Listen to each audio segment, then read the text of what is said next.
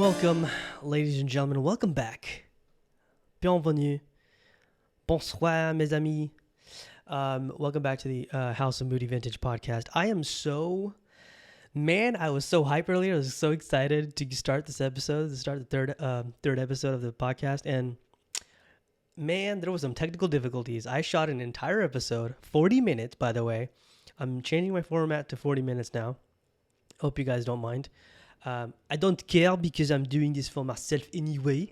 No, I'm just kidding. No, but I just think I think 40 minutes is like probably the sweet spot between half an hour and an hour, you know? So, I'm going with that. Let's see where this goes. Anyway, so many things I want to discuss. Oh my God, I can't believe, oh my God, guys. I shot an entire episode and there was some technical difficulties. My mic, it was the wrong mic. I shot the entire damn thing with my MacBook mic. Man, when I heard it, hey, maybe, I don't know, Mahmood, why don't you fucking invest in headphones so you can tell what's wrong before recording? Anyways, this time it's legit. Okay, so we're going to get into it. Anyway, so by the time you're hearing this episode, ladies and gentlemen, it's probably a week and a half, a little over a week and a half of from the release of the Batman in theaters. So hopefully you guys seen it by now. If you haven't, it's okay. There's no spoilers or anything like that. It's fine. I just think it was like just right amount of time. I'm actually shooting this after watching the film, which I watched over the weekend on March 5th. Okay. So yeah, so it's March 5th. And so you guys are obviously hearing this much later. Episode 2 is already out. So if you haven't heard that yet, go for it. But now that you're here, whether you're on Spotify or Apple, YouTube, of course, here we are. And so this is not an in-depth review of the Batman. This is not an episode dedicated only to the Batman. There's other topics that I want to get to. Especially with certain things that had transpired that I wanted to mention while I was recording the failed, podcast episode a little earlier. I'm sitting here again. Thank God it's the weekend and I have actually, I have allotted this time only specifically for my podcast. So thank goodness for that. But mishaps happen. I still have the energy, fortunately, to continue and completely shoot another episode here. So yeah, there are other topics I want to get to apart from the movie. So let's dive right into it. Okay, the Batman. Okay, now I'm gonna start off before I share my opinions. I want to start off by sort of mimicking or building on what John Campia said when he was reviewing the movie. He's one of my favorite movie pundits on YouTube. And so basically what he said was, if you were to create a blueprint of the perfect Batman film, this would be it. I totally agree. 100% agree. And he said himself that it's not perfect. I, again, agree with that as well. It's not a perfect film. But if you were to create a blueprint of the Batman film, this would be it. No lie. Matt Reeves, what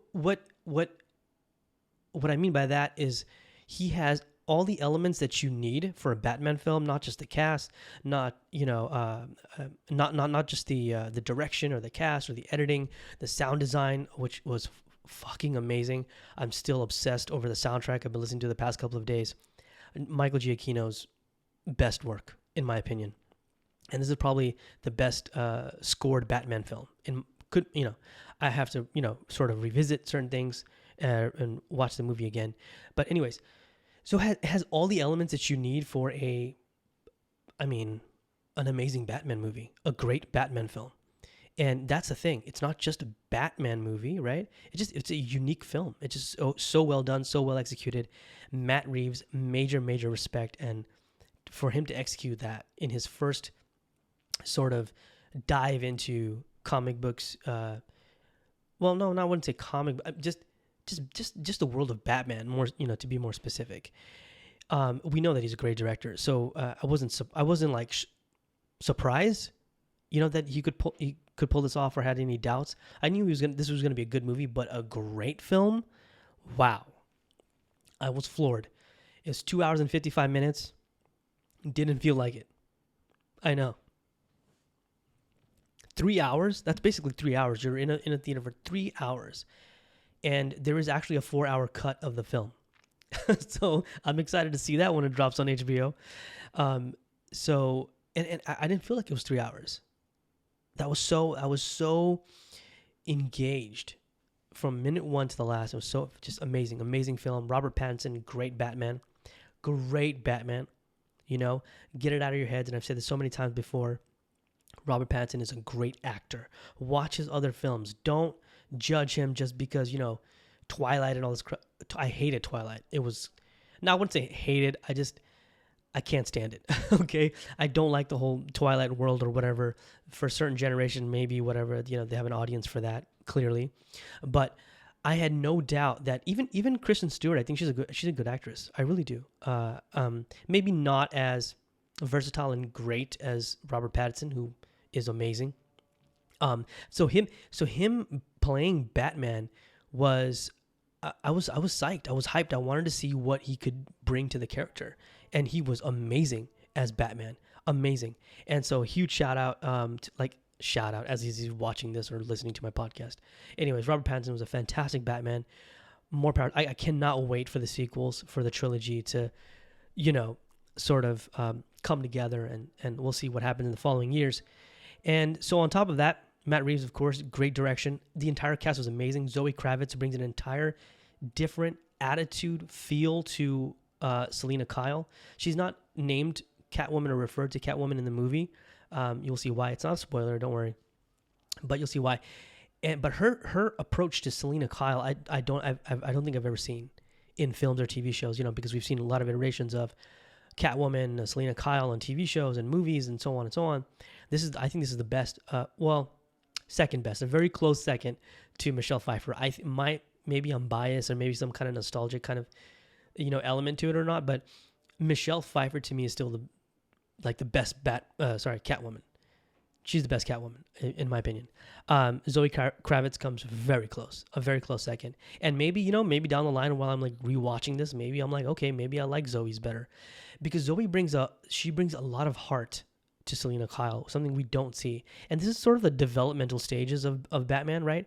This is not the, you know, a decade after being trained and all this stuff that we saw in Christopher Nolan's, you know, trilogy with Christian Bale as Bruce Wayne and Batman. He's still very much jaded. He is not okay in the head. Okay, Bruce Wayne is not okay in the head, and the majority of the film, it's all Batman.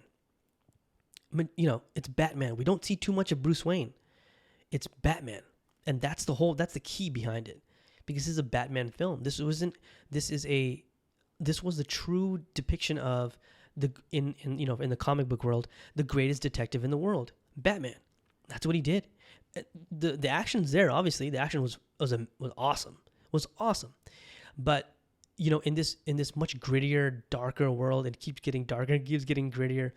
You know, we thought the Dark Knight was pretty dark, but this is a different level. And you could have given this a rated R. You could have taken this into a rated R type of route, and it would have made sense. Anyways, so apart from that, you know, we go into the rest of the cast. You know, John Turturro as Falcone. I thought he was great. Colin Farrell. He is unrecognizable in this movie. We know that it's Colin Farrell, but him playing, you know, Penguin. Oh my God, we need more screen time for this guy. Okay, and we know Colin Farrell's a great actor. He's a fantastic actor, of course, but for him to play a comic book character and not go over the top, and I think that's the whole approach to the entire movie, is not having the campy type of, you know, portrayals of certain characters, because they wanted to make it as real as possible, right? And again, and it shows in the characters, it shows in the performances by, you know, actors like Colin Farrell. And Colin Farrell, and we're going to see more of him, because there is going to be a you know, an Arkham a series that's coming out soon. I think next year maybe on HBO. So looking forward to that. You're gonna see plenty of the Penguin there, and Paul Dano as the Riddler. I mean, thank goodness for him, and thank goodness for the direction they went with the Riddler, because it was much more menacing. It wasn't the Jim Carrey that Riddler that we've seen, or even on television shows, which haven't been awful. They've been good, but I think this is the best portrayal of Riddler. Really, this psychotic, freaking menacing character. I think it was brilliant, and he did a great job. So, and of course, and the city of Gotham also in itself is a character, right? We know that in itself is a character, so that's very important as well. Very well portrayed again, with all the different characters, different elements in the city of Gotham, and equally important, the score, the music. Oh my God, the soundtrack, Michael Giacchino, just like I mentioned earlier, his best work. I'm obsessed with the soundtrack. That's how much I love it. I've been listening to it the past couple of days. I cannot get out of my head. Usually, when I go out, whether I'm getting my lunch or my coffee or whatever, I'm listening on Spotify. I'm listening to my, my go-to playlist, or maybe, I'm always in the new Friday, because every Friday new tunes drop, new songs drop, and I'm listening to new stuff, new artists and things like that. Nope. Past couple of days, nope. It's been the Batman. It's been Michael Giacchino's score on Batman. It's that good. It's that great. Okay, great film. I highly recommend it if you haven't seen it already. Go check it out. Okay, well, that was the Batman. All right. I think I've spoken a lot about that. That brings me to another topic. Oh, actually, you know what? I'll start it off with this. The second topic. Because while I was recording my first attempt at recording this episode, I got fantastic news, message. I was recording it. Something had happened.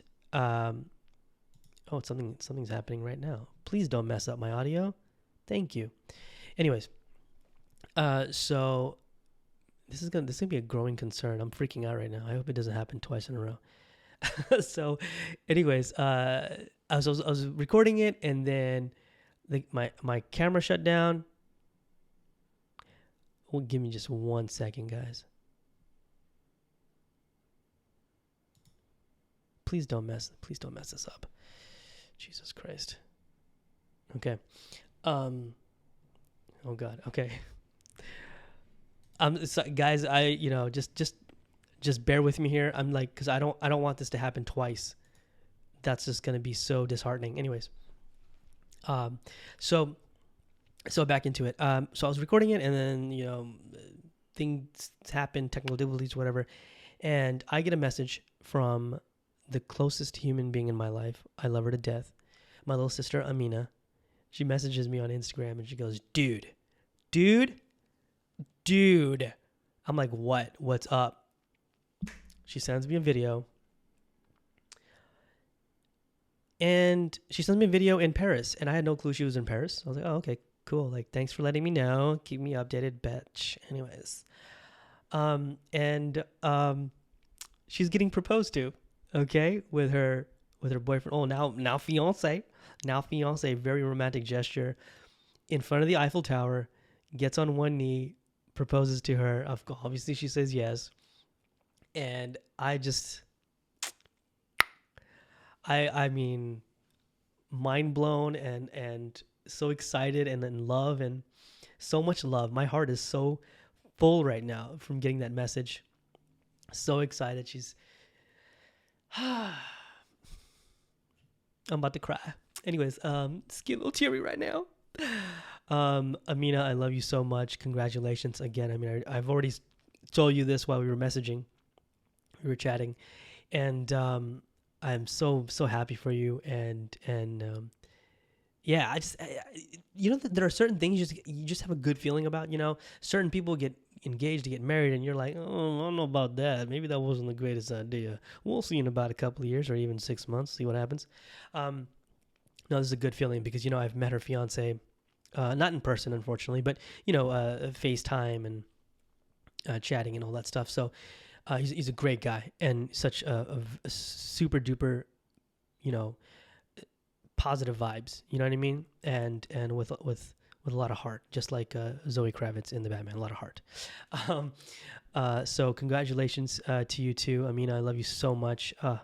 It's just it's she's one of the she's a part of me. She's a part of me. You know, I've held her as a baby. You know, and she's all grown up now.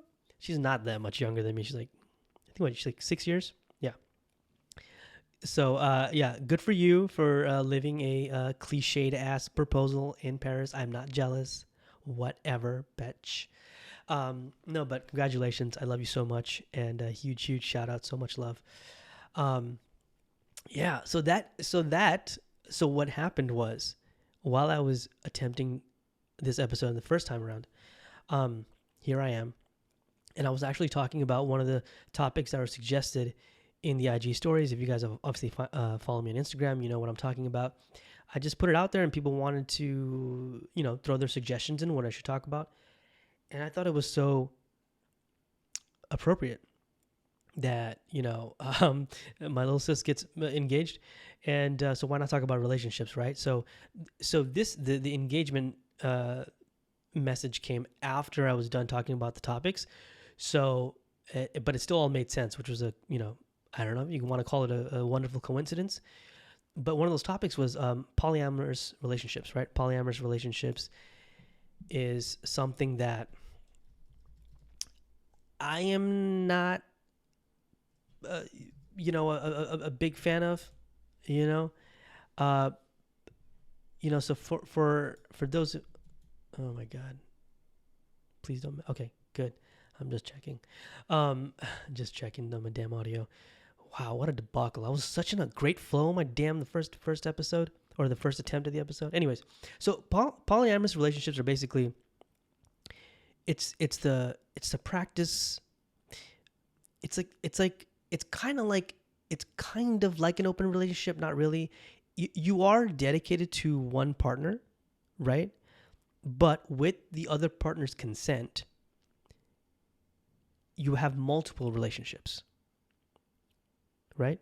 So with all the partners that are involved, like say there are, one girl, two guys, or one guy, two girl, whatever. It doesn't matter what the gender is, doesn't matter. But it's, you know, it's not just one, person that you're dedicated to, you're married to, or you know, exclusive to. There's more than one, right? I'm not cool with that. Okay? I'm not. I'm a little old school. You know, I'm like half old school. When it comes to relationships, when it comes to love, I'm a one-woman man. I am a one-woman man. I don't believe in sharing. I don't want to be shared.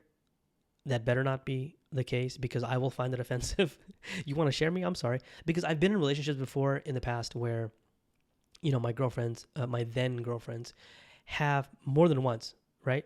What I mean by that, more than one relationship, where they've put that on the table, like, you know, I don't know, maybe it's out of curiosity, or maybe they're testing me or whatever, but wanted to know if, you know, would you, you know, you want to kind of sort of be in a threesome? And I'm like, what? No, thanks. Usually threesome is, you know, it's more sexual than anything else, but I was always totally against that, because I don't believe in sharing. I just don't, because when I'm with with an individual, I love them to the fullest.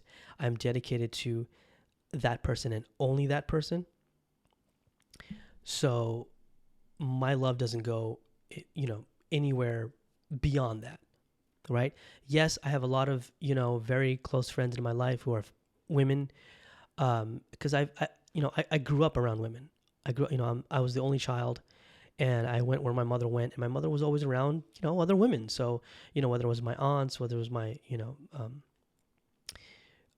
family friends or acquaintances or whatever, what have you, it was usually around women. That's why I'm so comfortable around women, and have gained this incredible, invaluable, priceless experience of being around very strong women, very, you know, intelligent and loving and caring, and you know, all that good stuff. I was so blessed to be around that type of environment.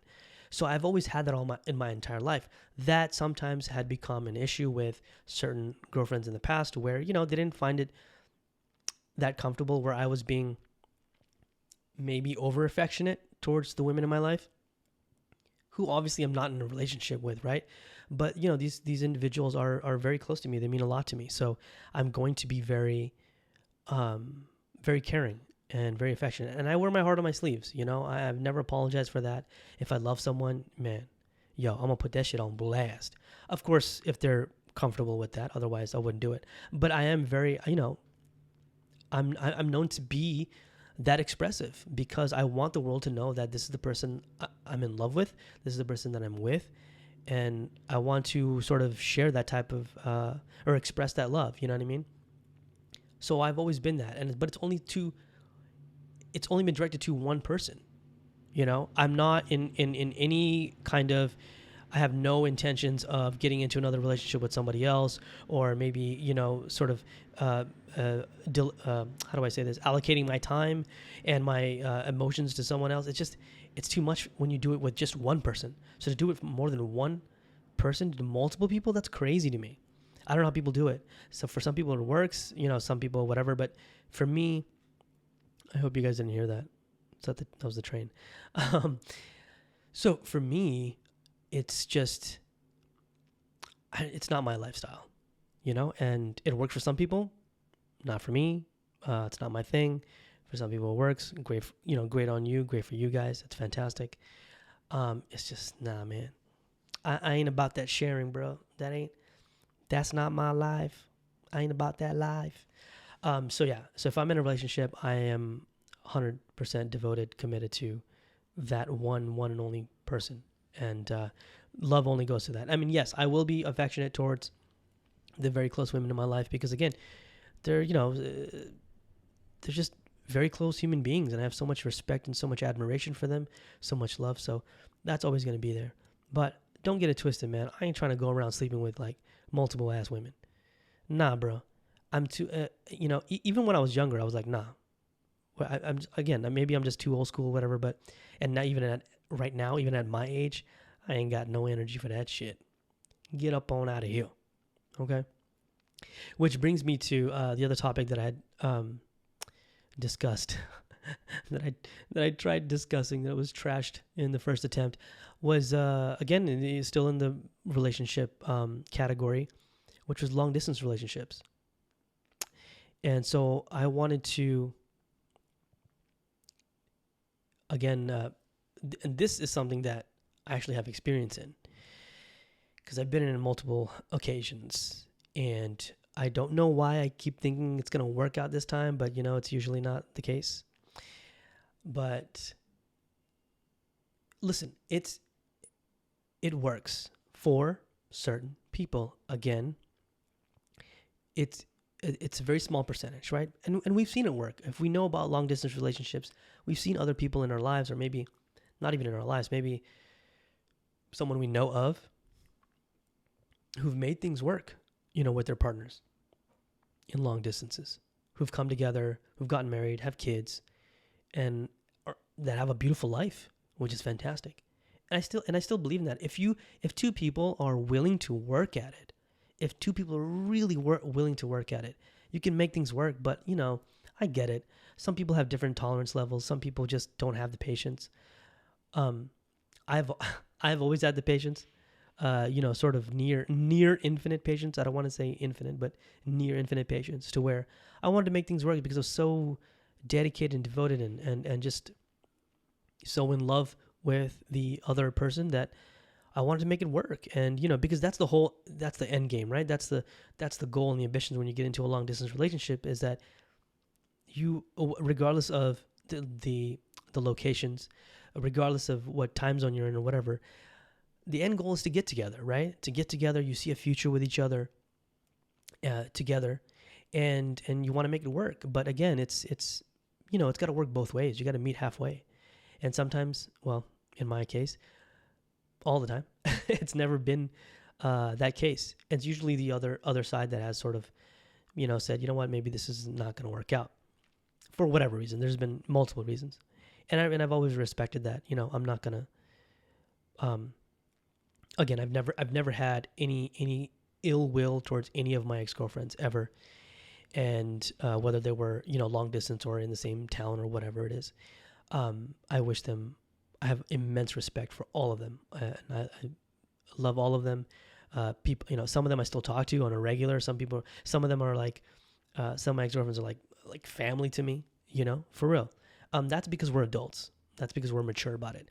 And if they were toxic, they wouldn't be part of my life because let me tell you something, one or two right there, I ain't talking to right now,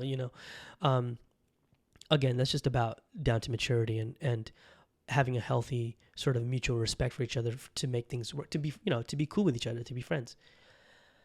So that's always there. That's not a problem. That's not an issue. But, we all walk our different paths and we go in different ways. That's totally fine. That's okay. It happens. That's life.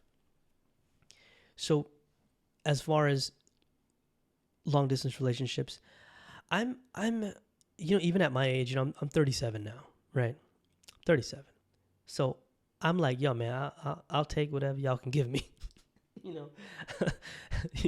Y'all can take whatever y'all give me.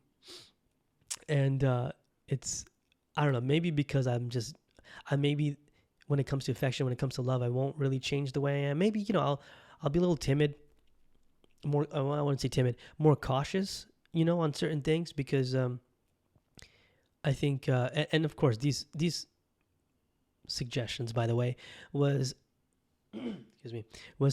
suggested by one of my one of those very close women in my life, beautiful and intelligent and incredibly mean, as she so eloquently pours salt in my wounds, Natasha. And so Natasha, if you're hearing this, huge shout out. Thank you very much for suggesting these very important topics, so I can relive my agony. No, so there was there was a meme that she tagged me in on Instagram. So basically, this meme is like, if you're watching on YouTube, you're seeing it right now in front of you. But for those who are just listening, it's a meme that basically has two. You've probably seen it if you follow me on Instagram. You've seen it. It's two cups, right? There's one cup on the table, another cup that's pouring coffee into the other cup that's on the table, and it's overflowing, right? The cup on the table is overflowing with coffee, and there's text on the top of the cup that's pouring it that says "My love," and the cup on the bottom, it says "Wrong person." So apparently that's what I do. I don't know. I'm infamous for that, I guess. Again, it goes back to the whole, wear my heart on my sleeves. I'm always 100% like all into it, loving it. And I don't know. Do women not want that? I don't know, man. I don't know. It's tricky. It's different. Everyone's different. Tolerance level, like I said, it's different. Patience is different. Relationships are tough, man. I don't think I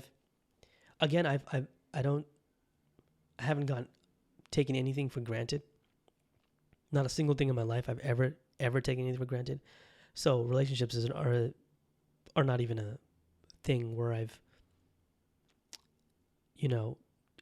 taken things for granted, or no, sorry. You know what? No, apologies. That's not what I meant.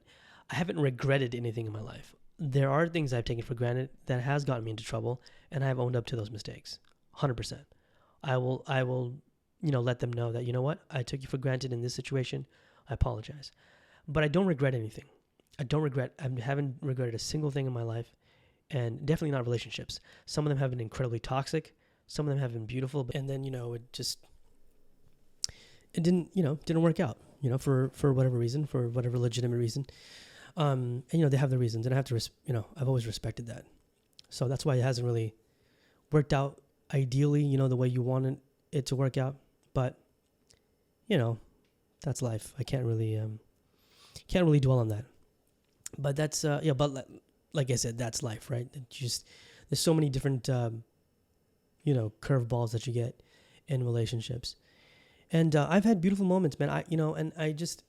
When it comes to relationships, whether it's, physically in person or attempting at a long distance one, I really only think about the good times, you know? And maybe that's a more optimistic way of looking at things, or I wouldn't say idealistic. I don't think you can do that, but I've never been the type to hold grudges. And so when things do come up, when the person comes up and, if someone asks me about that person or whoever it is, I just say, yeah, I guess they're cool. If I'm still talking to them, great. Yeah, it's fantastic. Then I can straight up say, yeah, she's doing well, or she's doing good, whatever. We're cool. We talk. We're chill. And yeah, I got nothing but respect, man. Nothing but respect. And that's how, it would be so dumb to waste your energy on being upset and holding a grudge on someone and then wishing ill upon them. Like that's so below what you should be. You know what I mean? Just be a better person, bro. Like you go on about your own life and go on about your own business. That person goes on their path. I've even ended a 15, 16 year friendship with someone who I cared for and loved for so much. But, because it got to that point where it's like, dude, this can't go on. Go on your way. I go mine. I have nothing against you. I have nothing against, I will never speak ill of you or wish you ill. Because that's not who I am, man. I've always been trying to bring that positivity in people's lives. And I also want to be that positivity. You know what I mean? So holding a grudge on something over a relationship, whatever it is, whether it's intimate relationship or a friendship, it always has to make sure that there's respect there, and then there will always be a safe place, sort of like, yo, man, if you ever really, if you want to talk to me or you feel like you need to talk to somebody, I'm here, And yeah, it does get tricky. I'm not going to lie. There has been situations where I've been in a relationship and I'm very close with my exes. And that hasn't worked out too well. And again, I totally understand that. I totally understand those insecurities, but it's tough. It's something that I've had to deal with where, whether it's about the very close women in my life, or the fact that, a couple of my exes are very close to me, and, my current girlfriend may have issues with that. And I get that. I get that insecurity. I get that. It's natural to doubt it or doubt someone's trust or whatever. But I've always tried to make it very clear that, this is not what you should know that it's strictly, we're literally just friends. Like that's happened, it's done in the past, whatever. And I would totally respect over the fact that if my significant other was also, friends with their exes, I'd be totally okay with that. Honest to God. Because it would make me a hypocrite if I said, no, I'm not cool with that. So if you're honest, if you're open about it and say, hey, you know what? Yeah, I still talk to this person, still talk to that person, and I'm cool with that person. But know that I'm not talking to my ex-girlfriends every single day. It's not that relationship anymore. It's done. Like that chapter's done. You move on, whatever. It's different when you still have feelings for the person. I understand that. But why the hell would I get into a new relationship when I still have feelings for, my ex, right? If I'm trying to get over that person or whatever, you go on dates and stuff like that. But for me, I'm not that person where I'm going to totally be like, I put my foot down and we can't compromise and we can't look for a solution or whatever. I never want to find that myself in that position. And I never have been, to compromise, but you can only compromise so much. So that's why I make it very clear that, yes, I still talk to my ex-girlfriends, and yes, a couple of them may be like family to me, but that's it, man. I'm not trying to hook up with them. That's crazy. Especially if I'm in love with one person. I'm in love with one person. I ain't trying to get into no polyamorous relationship, or relationships. Yeah, so that's my take on that when it comes to relationships. And with those experiences, just like, again, my wonderfully, beautifully, one of the closest in my lives, Natasha, makes it very clear. She, again, pours beautiful sea salt into my wounds. Talking about how I know all the red flags. Yeah, I do. I know the red flags. I do, but I'm not gonna indulge in that, okay? I think we've all sometimes, I saw actually a meme on a friend's Instagram stories. Sorry about that. On Instagram stories about how sometimes we avoid the red flags just because we try to see good in other human beings. And I do, man. I try to see the good in people, and that's got me in trouble before, and that's not healthy. It's really not, especially when you're avoiding red flags, and to just be like, "Oh no, they're a good person. They're really good," and they really are some really good things about certain individuals, but sometimes they're just in a stage of their lives where they can't really practice that good on a consistent, basis, right? Like they can't be consistent with that because there's so many other toxic traits that really fuck up the whole chemistry, So I've gotten in trouble for that, being in a toxic relationship where I was overlooking the red flags or putting them aside just so that I could try to make them remember or remind them that they're really good human beings. They are, deep down inside. But again, people have so many inner demons that they're dealing with. And unfortunately, sometimes it projects to other people. And that becomes a very, very disturbing and very frustrating process, when you have to deal with that. So anyways, but again, at the end of the day, whether I'm talking to that person or I'm not talking to that person, I got nothing but love, nothing but respect. Do what you got to do, we don't need to be talking or we don't need to be keeping in touch or whatever, but, wish you nothing but the best. Straight up. There's no hate. There's no malice. There's not a single ounce of hate in me. You know what I mean? Straight up. Anyways, guys, that was my second attempt at recording this goddamn episode. I feel like I talked a lot more in the first attempt, especially my opinions on the Batman. I think I missed in this episode or this second attempt. I think I missed talking about Jeffrey Wright, who makes a great Jim Gordon, and his chemistry with. I wish I could talk more about it, but his chemistry with Robert Pattinson was fantastic. With Batman, it was fantastic. So I think it's great. Anyways, the whole cast is great. So if you haven't seen the film, go check it out. It's amazing. It's fantastic. It's probably going to go down as my favorite Batman movie. Maybe a close second to The Dark Knight. I don't know. We'll see. We'll have to watch it again for sure. And as for, again, for the suggestions that you guys have made on Instagram, thank you so much. Even if it brings out some vulnerability on my end when it comes to relationships. But, I felt like it's something good to talk about. It's exercising some of the tougher things in life, especially when it comes to relationships. And I thought it was appropriate as well because, I got that wonderful message of my little sis Amina getting engaged. So congratulations on that as well, Amina. I love you. And yeah, guys, again, thank you so much for listening in, or if you're watching this on YouTube, thank you for watching this. And I'm going to try this new 40-minute format again, because 40 minutes, I think, a nice little, soft spot between half an hour and an hour. Because I eventually do want to get into an hour, but, with like co-hosts and things like that. But that's down the line. We're taking it very slow now. So let's see where this goes. And hope you guys have enjoyed what you've heard so far or have seen so far. And again, incredibly grateful for the support. You guys have been amazing. Thank you so much.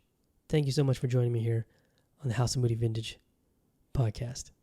I'll see you guys next time. Y'all have a good one. Stay safe. Much love.